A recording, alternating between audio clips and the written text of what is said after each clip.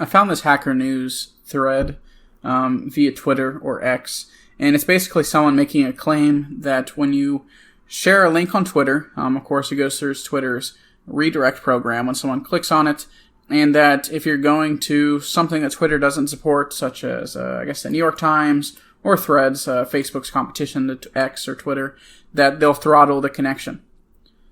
So I just wanted to quickly look at it and actually do a test. Here is an example that someone has, I believe. So this is right here is going to be a New York Times article. So the .tco is the connection that's via Twitter. So we can go ahead and actually do a quick test.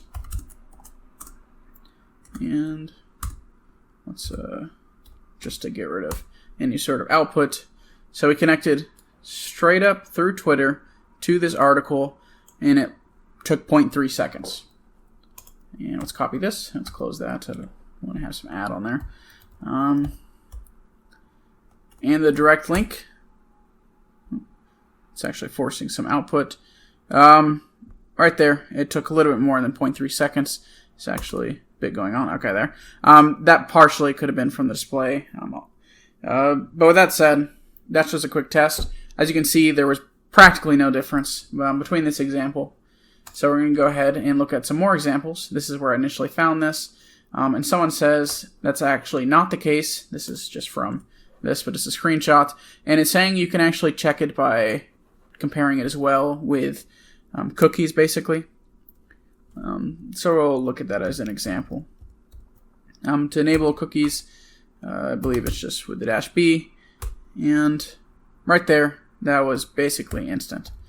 Let's also check this out with cookies also. And that was even faster than that as well.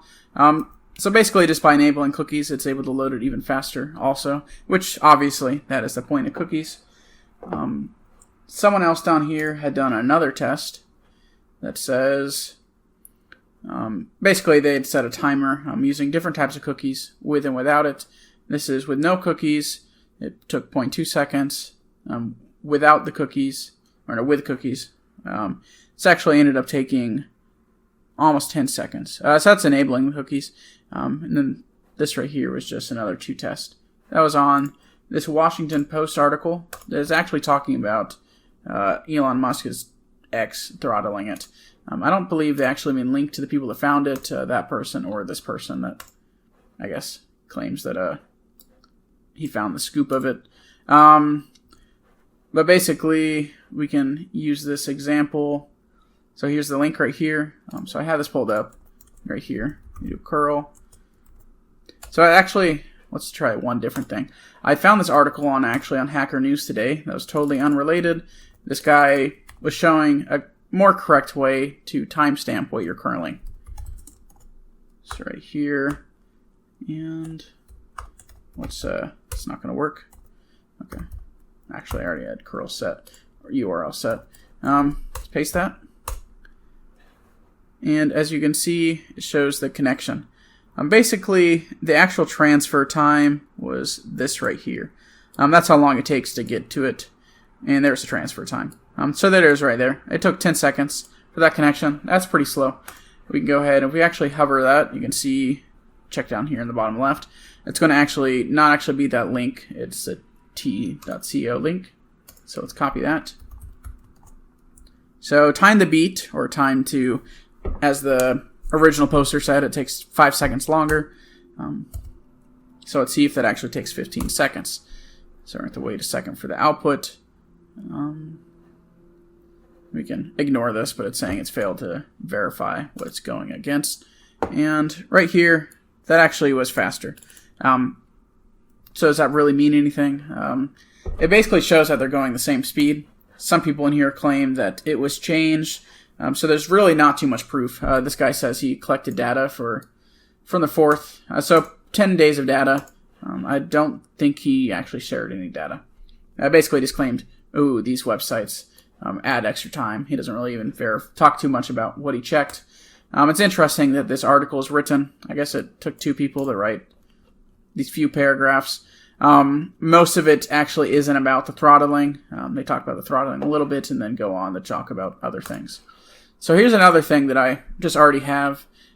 This is using Python CGI, and we can go ahead and let's actually reopen this tab.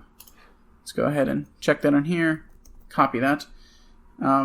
This is basically just something else for redirecting, and as you can see, that was pretty fast. It actually appeared in my log right here that this page is redirected. So that's kind of the purpose of a redirection. That I guess Twitter wants to collect these analytics on what's been viewed, what's being opened, and then some more information about your computer that they might not already have. Yeah, I just wanted to show that off as that's kind of the purpose of what redirecting is for. So I thought this was interesting. Was it ever throttled? We don't really know. It seems like no one actually. Seems so far it's just claims. There's not too much information about it.